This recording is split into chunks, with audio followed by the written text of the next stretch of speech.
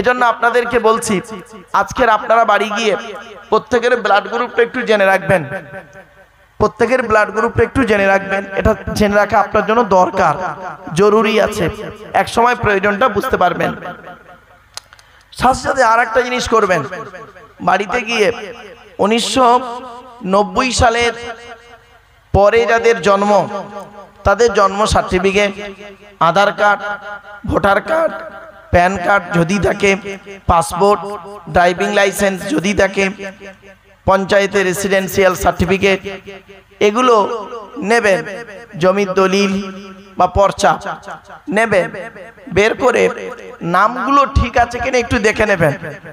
অনেক সময় দেখবেন মুসলিমদের নামের গন্ডগোল খুব বেশি, খারাপ সেন্স নেবেন না, মুসলিমদের নামের গন্ডগোলটা একটু বেশি। অনেকের দেখবেন যখন জন্ম হয়েছিল বাপ নাম রেখেছিল মোহাম্মদ আব্দুল গফফার মোল্লা, ওটা রেশন কার্ডে হয়ে গেল গফফার আব্দুল মোল্লা হয়েছে। আবার ভোটার কার্ডে গিয়ে দাঁড়ালো কি আব্দুল গফফার, রেশন কার্ডে দাঁড়ালো গফফার মোল্লা। বুঝতে পারছেন তো? অতএব এইরকম যদি কারোর হয়ে থাকে, আপনারা ফার্স্ট ক্লাস ম্যাজিস্ট্রেট দিয়ে কোর্ট থেকে একটা 100 থেকে 200 টাকা নেবে, এভিডেভিট করে রাখবেন যে যিনি আব্দুল গফফার তিনি গফফার মোল্লা, আর তিনি আব্দুল গফফার মোল্লা, তিনি মোহাম্মদ আব্দুল গফফার মোল্লা। কেন? এক সময় আপনারা এটাকে অনুভব করতে পারবেন। তো 1 নম্বর হলো ব্লাড গ্রুপ আলাদা। 2 নম্বর হলো কি, শুনে নিন। আচ্ছা, আমাদের পা থেকে মাথা পর্যন্ত সৃষ্টি করেছেন তো সৃষ্টিকর্তা আল্লাহ। আরে ভাই বলুন না, আল্লাহ। আচ্ছা, যিনি পা থেকে মাথা পর্যন্ত গোটা দেহটা তো সৃষ্টি করলেন, তিনি আবার কেন বললেন যে আমি আল্লাহ তোদের দুটো চোখ তৈরি করি নাই? কোরআনে আছে আলাম নাজআল লাহু আইনাইনি, আমি তোদের দুটো চোখ তৈরি করি নাই। তো যিনি গোটা দেহ তৈরি করলেন, তিনি আবার কেন বললেন দুটো চোখ তৈরি করি নাই? নিশ্চয়ই কিছু রহস্য আছে। আচ্ছা, আপনারা আধার কার্ড করেছেন তাই না? বলুন না বাবা। আচ্ছা, আধার কার্ড করার সময় অফিসাররা আপনাদেরকে বলেছিল কি চোখটাকে বড় করে চান্ত? বলেছিলেন না? কারণটা কি? কারণটা জানেন না। 1500 বছর আগে কোরআন ইঙ্গিত দিয়ে গেছে, সেটা শুনে নিন। আমেরিকার 10 জন বৈজ্ঞানিক তারা কোরআনের এই আয়াতকে নিয়ে গবেষণা শুরু করলো যে যিনি গোটা দেহ তৈরি করলেন, তিনি আবার কেন আলাদা করে বললেন আমি কি তোদের দুটো চোখ তৈরি করি নাই? এ কথা কেন বললেন? গবেষণা করে দেখলেন যে এই পৃথিবীতে যত মানুষ এসেছে, যত মানুষ চলে গেছে, যত মানুষ বেঁচে আছে বা যারা আসবে, কারো চোখের রেটিনার সঙ্গে কারো চোখের রেটিনার মিল নাই। 1500 বছর আগে কোরআন এই কথাটি জানিয়ে দিয়েছে। আমরা কিন্তু সেই কোরআনটাকে নিয়ে মূল্যায়ন করিনি। নামাজের কথা কোরআনে আছে, বিভিন্ন দিক থেকে বিভিন্ন অ্যাঙ্গেল থেকে নামাজের কথা আছে 82 জায়গায়। কত জায়গায় বাপ? 82 থেকে 83 জায়গায় বিভিন্ন অ্যাঙ্গেল থেকে। কিন্তু আমরা এটা খেয়াল করিনি, টোটাল কোরআন পাকের ভিতরে, কোরআনুম মাজিদের ভিতরে রয়েছে 92 জায়গায় লেখাপড়ার কথা। আমরা লেখাপড়াকে বেশি গুরুত্ব দিইনি। কোরআনের প্রথম বাক্যই ছিল ইকরা, রিড, পড়ো। আমরা সেটা থেকে অনেক পিছিয়ে পড়েছি। এজন্য আমি আপনাদের কাছে অনুরোধ করছি, ওই পুঁথিগত বিদ্যা শেখাবেন না। মাস্টার ডাক্তার হয়ে বুড়ো বুড়ি বাম্মাকে ভাত দেবে না। হ্যাঁ, ঘর ভাড়া করে 2 কাঠা জায়গা কিনে রয়ে গেল, আর দেশের বাড়িতে বাপ আর মা ভাত পেল না। এইরকম শিক্ষক বা শিক্ষিকা বা এইরকম শিক্ষিত মানুষের কথা আমি বলিনি।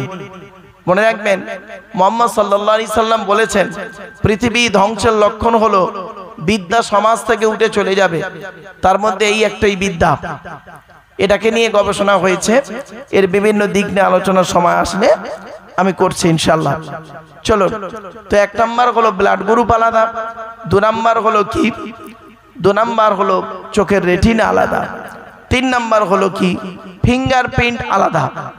এটাই ফিঙ্গারপ্রিন্ট আলাদা কেন? ১৫০০ বছর আগে কোরআন জানিয়ে দিয়েছে। আয়াহসাবুল ইনসানু আল্লান নাজমাআ ইযামা বালা কাদিরিনা আলা আন নুসাউবিয়া বানানা। পবিত্র কোরআনের ২৯ নম্বর পারা, সূরার নাম সূরা কিয়ামত ৪-৫ নম্বর আয়াতে বলা হয়েছে কি, হে মানব জাতি, তোমরা কি মনে করেছো তোমরা মরে গেলে পচে গেলে হাড় হয়ে যাবে, কিয়ামতের মাঠে আল্লাহ তোমাদের তুলতে পারবে না? কখনোই এ কথা ভাববে না। মনে রেখো, এই পৃথিবীতে যেমন তোমাদের বুড়া আঙুলের ছাপ যেমন কারোর সঙ্গে কারোর কোনো মিল নেই, কিয়ামতের মাঠে কারোর সঙ্গে কারোর কোনো মিল পাবে না। কোরআনের এই আয়াতকে নিয়ে বহু গবেষণা হয়েছে, দেখা গেছে ফিঙ্গারপ্রিন্ট পৃথিবীতে কারোর সঙ্গে কারোর কোনো মিল নেই। তো যাই হোক, এরপরে সৃষ্টিকর্তা বলছেন, পৃথিবীর মানুষ, তুমি যে কদিন পৃথিবীতে বাঁচবে একমাত্র তুমি তোমার রব আল্লাহকে স্মরণ করো। আজকের আমরা সৃষ্টিকর্তাকে স্মরণ করিনি। বিশ্বনবী মুহাম্মদ সাল্লাল্লাহু আলাইহি সাল্লাম তিনি চলতে ফিরতে উঠতে বসতে সব কাজেই তিনি আল্লাহকে সাক্ষী রাখতেন, আল্লাহকেই ডাকতেন। আমরা এটাকে চেঞ্জ করে দিয়ে করলাম কি, বিপদে পড়লে আল্লাহকে ডাকি, বিপদ থেকে উদ্ধার হয়ে গেলে আল্লাহকে ভুলে যাই। এবারে আসছি আল্লাহর ঘর সম্পর্কে। ছোট্ট একটা প্রশ্ন করি আপনাদের। এই কোরআনে লেখা আছে ২৫০ রকমের হারাম। কত রকম? জোরে বলুন না বাবা একটু। ২৫০ রকমের হারাম আর ২৫০ রকমের হালাল। আপনারা করকম হারাম জানেন? ওই সুদ, ঘুষ, ব্যভিচার সব মিলিয়ে গোটা ৫০টাও বলতে পারবো না আমরা, ঠিক না বেঠিক? কিন্তু কোরআনে আছে ২৫০ রকমের হারাম। ছোট্ট একটা উদাহরণ দিচ্ছি, রাগ করবেন না কেউ। ধরুন আপনাদের এই মসজিদে জুমার দিনে একজন ২৫ বছরের মুসলিম যুবক ছেলে সাদা পায়জামা পাঞ্জাবি পরে, সাদা টুপি পরে জুমার দিনে মসজিদে উঠেছে জুমার নামাজ পড়তে, প্রচুর পরিমাণ বাংলা মদ খেয়ে। কি মদ? বাংলা মদ খেয়ে উঠেছে। এখন আপনারা লোকটাকে কি করবেন বলেন? বের করে দেবেন? আচ্ছা, ছেলেটি বের হতে না চাইলে বলুন বলুন, মেরে বের করে দেবেন। ছেলেটির অপরাধ কি? মদ খেয়েছে। মদ হারাম খাবার, মসজিদ পবিত্র স্থান, তাই হারাম খাবার খেয়ে পবিত্র স্থানে উঠেছে, তাই আপনারা তাকে বের করে দিলেন। বের হতে চাইল না, মেরে বের করে দিলেন। বাহ, কত ভালো মানুষ বারুইপুরের মানুষ আপনারা। মদ খাওয়া যেমন হারাম, সুদ খাওয়া তেমন হারাম, বিয়ের পণ নেওয়া তেমন হারাম, জমির আলচুরি করা তেমন হারাম, হুক মেরে কারেন্ট নেওয়া তেমন হারাম, পিতামাতার গালি দেওয়া তেমন হারাম, স্ত্রীর পিতামাতাকে গালি দেওয়া তেমন হারাম। শুধু তাই নয়, ভাইয়ের হক মারা তেমন হারাম। বাপ মারা গেছে, চাচা বেঁচে আছে, ছোট ছোট ভাইপোদের সম্পত্তি নিজের নামে রেকর্ড করে নেওয়া তেমন হারাম। জোর জবস্তি করে কারোর জমি দখল করে নেওয়া তেমন হারাম। মদ খোরকে বের করে দিলে আর সুদ খোরকে মসজিদের সভাপতি বানিয়ে দিলে। বাহ বাহ বাহ, কি আজীব দিন, কি আজীব ধর্ম, আশ্চর্য ধর্ম। এই জন্য আপনাদেরকে বলি, কোরআনে লেখা আছে মসজিদ কমিটি যাকে তাকে করবেন না। কোরআনে আছে মসজিদ কমিটি হতে গেলে ৫টা গুণ লাগবে। কয়টা? ৫টা গুণ। কি কি? ১ নম্বর বলা হয়েছে, ইন্নামা ইয়ামুরু মাসাজিদাল্লাহ মান আমানা বিল্লাহ ওয়াল ইয়াউমিল আখির ওয়া আকামাস সালাত ওয়া আতাজ যাকাত ওয়া লাম ইয়াখশা ইল্লাল্লাহ ফাসা উলাইকা আন ইয়াকুনু মিনাল মুহতাদিন।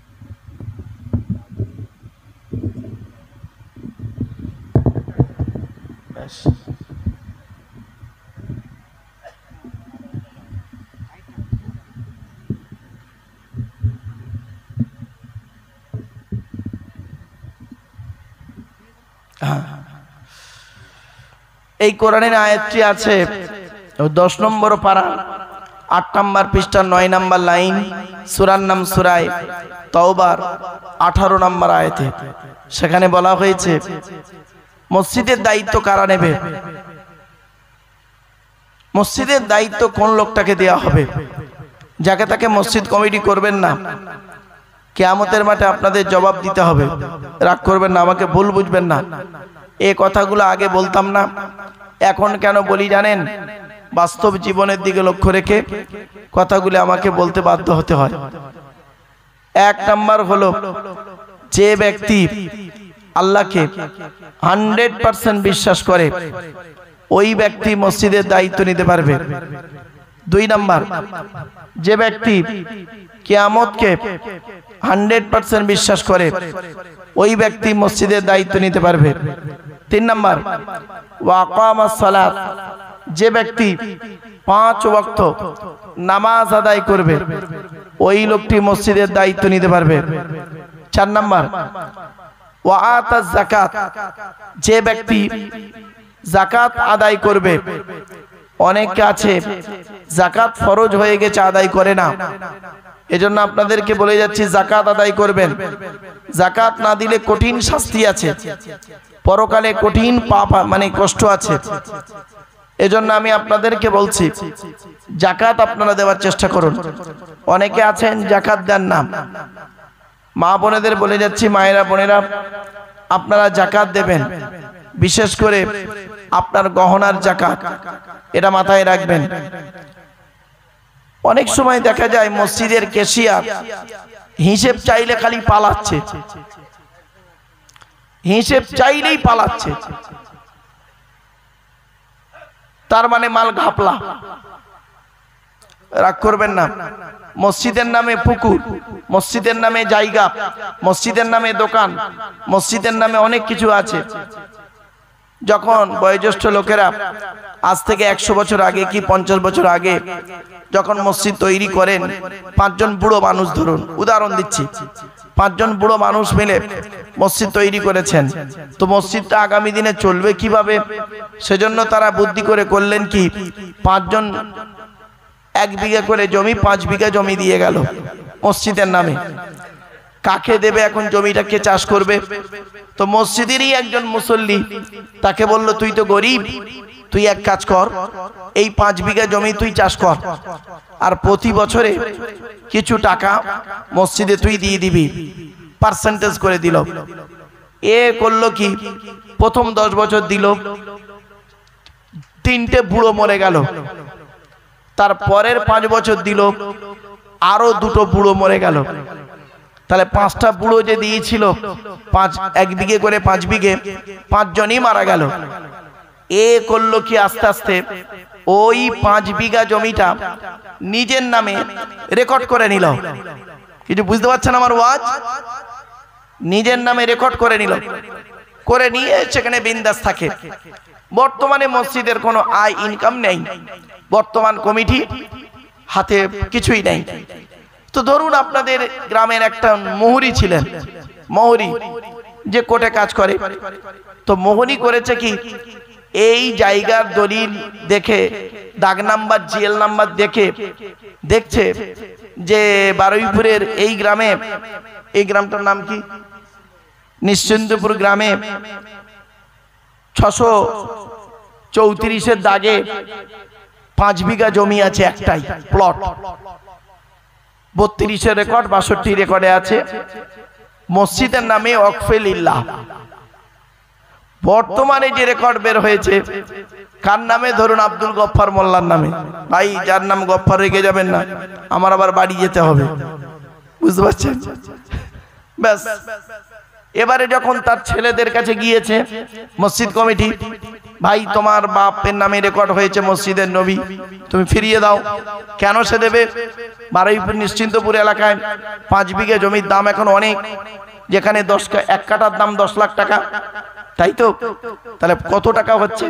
লে খেল মারামারি শুরু হয়ে গেল। এরা করলো কি, ব্যাস বললো তোদের মসজিদ দরকার নেই। এরা কয় বাপ বেটা মিলে ঘরের পাশে একটা ছোট মসজিদ তৈরি করে নিল। কিছু বুঝতে পারলেন? মনে রাখবেন, আল্লাহ ছাড় দেয়, ছেড়ে দেয় না, এ কথাটি যেন আপনার মাথায় থাকে। আপনি যদি এক বেগত জায়গা কারোর যদি মেরে নেন, মনে রাখবেন কিয়ামতের মাঠে 7 তাবক জমিন থেকে আপনাকে তুলে নেওয়া হবে। আপনি কি ভাবছেন লাঠির বল, পাটির বল, আপনি জনবল দেখিয়ে আপনি কারোর কাছ থেকে আত্মসাৎ করে নেবেন, হস্তক্ষেপ করে নেবেন? এত সহজ নয়। মনে রাখবেন, আল্লাহ ছাড় দেয়, ছেড়ে দেয় না, এ কথাটি যদি আপনার মাথায় থাকে তাহলে আমার বক্তব্য আপনাদের ব্রেনে ঢুকবে। চলুন, 5 নাম্বার হলো মসজিদ কমিটি ওই লোকটা হবে ওয়ালাম ইয়াখশা ইল্লাল্লাহ, আল্লাহ ছাড়া কাউকে তারা ভয় করবে না, ওই লোকটা মসজিদ কমিটি হবে। আমরা সমস্যার সমাধান করতে যাই কোর্টে, বারুইপুর কোর্টে, থানাতে ইত্যাদিতে। আল্লাহ বলছে আমারও একটা কোর্ট আছে, আমার কোর্টে আয় না। তোদের তৈরি কোর্টে গেলে টাকাও ঘোষ যাবে, মান সম্মানও যাবে, সময়ও যাবে। আর আমার কোর্টে আয়, তোদের কোর্টে হাকিম থাকে, উকিল থাকে, তোদের কোর্টে আইনের বই আছে। আর আমার কোর্টে, তোদের কোর্টের উকিলগুলো কালো কালো জামা গায়ে দিয়ে থাকে, হয়কে 6, 6কে 9 করে এরোল লাগিয়ে দিয়ে সে তার ইনকাম করে খায়। আর আমার কোর্টে উকিলগুলো শুনবি তোদের কোর্টের বিচারকটা কিরকম, তোদের কোর্টের বিচারক যতটুকু তথ্য পায়, সাক্ষ্য প্রমাণ পায়, তার উপরে বিচার করে। ঠিক না বে ঠিক ভাই? তার উপরে বিচার করে। আর আল্লাহ বলছেন এই পৃথিবীতে আমি একটা কোর্ট তৈরি করেছি, আমার কোর্টটার নাম হলো মসজিদ। আর আমার কোর্টের হাকিমটার নাম হলো মসজিদের ইমাম। আর আমার কোর্টে উকিলগুলো হলো নামাজি মুসল্লি। আর আমার কোর্টে আইনের বইটার নাম হলো কোরআনুল কারীম। জোরে বলুন সুবহানাল্লাহ।